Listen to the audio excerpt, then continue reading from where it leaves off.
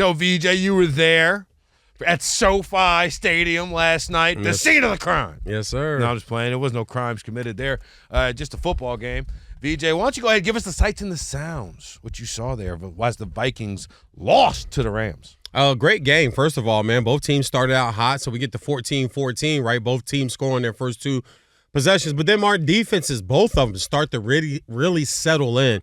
The surprising stat and thing I saw last night is we know how much I love Flores' defense and how much I talk about them being the number one team defense in the NFL at blitz run success rate. When they blitz, they get to the quarterback more consistently than any other defense in the NFL the last 2 years. Coming into last night, number 3 in the league with 24 sacks. You know how many they had on Matt Stafford last night? 0. They could not get to him, but that was game planning.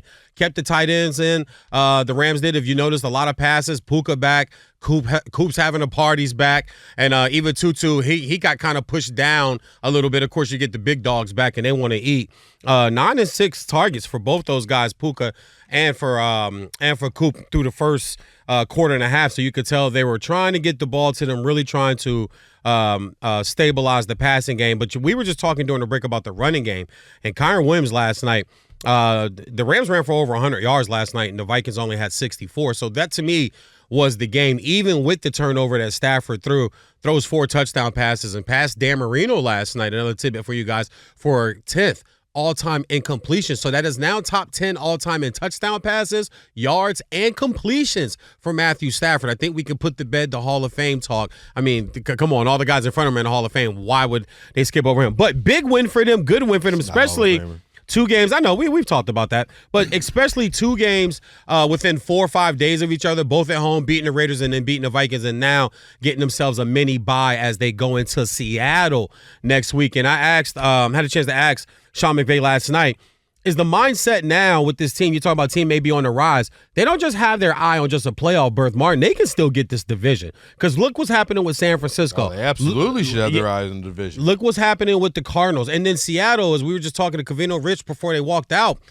they're so hard to really kind of gauge, right? The Seahawks, you put the film on, and one day they look like this, and then the next day they look like a totally different team. It's hard to gauge them. How long will that inconsistency play throughout the season? So I think they're primed. The energy was huge last night, especially in the locker room after the game. You can really tell it was much different than even the Raiders win. The Raiders win, we're like, okay, beat the Raiders. You know, Raiders aren't that good of a football team. Anybody can beat the Raiders nowadays. You shouldn't celebrate when you beat the Raiders. But to have the hot Vikings coming in with just only 1 loss, and that last-second loss, what a game between them and Detroit last week. To me, probably might have been game of the day last Sunday. But to come in 4 days on short rest and short preparation and being able to pull off that win, putting up 30 points, the defense really showed up for the Rams last night. That was really surprising. They looked like they could be on the rise. Energy is different in the building there now.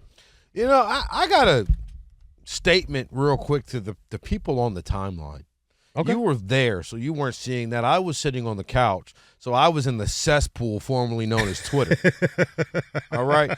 When Sam Darnold's face mask got grabbed. Oh, yeah. The fix is in. Oh, my gosh. Can you believe this? Vegas.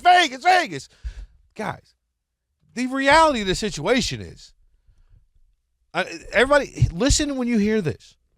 Referees are bad. Terrible. They make mistakes. They're not, like they're at best average. Yeah. They are going to miss calls. Yep. This was a call they missed. After the game, you asked, Trey Blake was the head official. You asked him, how did they miss? What happened? Why did you review the We didn't see it. We didn't see it. Now, the follow-up is, why in the hell was one of the officials not watching the quarterback? What else? Like what else were you looking at? Oh, I'm sorry, did you get a text? Sorry, did somebody bother you at the time? But the idea that because 90 or 80% of the money was on the Vikings, that the refs were like, let's not throw a flag, is preposterous. First of all, why would the NFL care how Vegas does on a win or loss, on an individual game? Why? They wouldn't. The reason why all the money was on the Vikings is because the Vikings were 5-1 before last night and looked like the better team. Yeah. That's why. The Rams injury report for the first 3 weeks of the season was longer than the CVS receipt. Yeah. Right? They got Cooper cut back. They got Puka Nacua back. Guess what? The Rams were never a bad team. They were just an injured team. They get healthy, all of a sudden, they're good. Minnesota probably not as good as 5-1 stands out to be, right? Here it comes. All right, the idea we got to stop with this idea that every single thing is just big. What is it like? Big pharma, big gambling. What are we doing? We got to stop that. First, second of all, I do think the Rams are primed for a run. I just wonder about the same thing that plagued them to start this season: their health. Puka Nacua limped off the field a few times yesterday. He ends up finishing the game. Matthew Stafford is my age. Yeah, that concerns me. You should be playing. And looks older, and that's not a knock. He's got the full gray in, bro. He looks older. Full gray. Yeah, full gray. Has not cared about it. You got the gray in the beard on top of that, and got the gray on the sides of the head. Nah, he's an older guy, man. Oh, so I'm concerned about that, especially as they get their offensive line back healthy, and that's jumbled up. How many hits can Stafford withstand? I think with the Vikings, it's pretty simple. You're going to beat teams that have bad quarterbacks. You're going to beat teams that have young quarterbacks.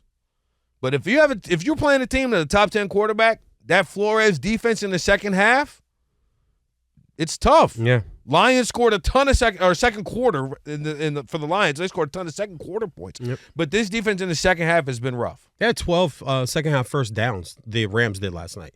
They had 12 first downs in the second half. One more thing, Patrick, because I saw this too.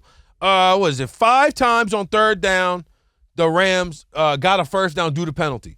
Well, guess who led in penalties for first downs before Thursday night? The Minnesota Vikings. Nope, they had 9 penalties last night. They made illegal a lot of formations, mistakes. Yes. Yeah. They had a lot of mistakes. They had nine penalties last night. They had a lot of mistakes, and they couldn't run the football.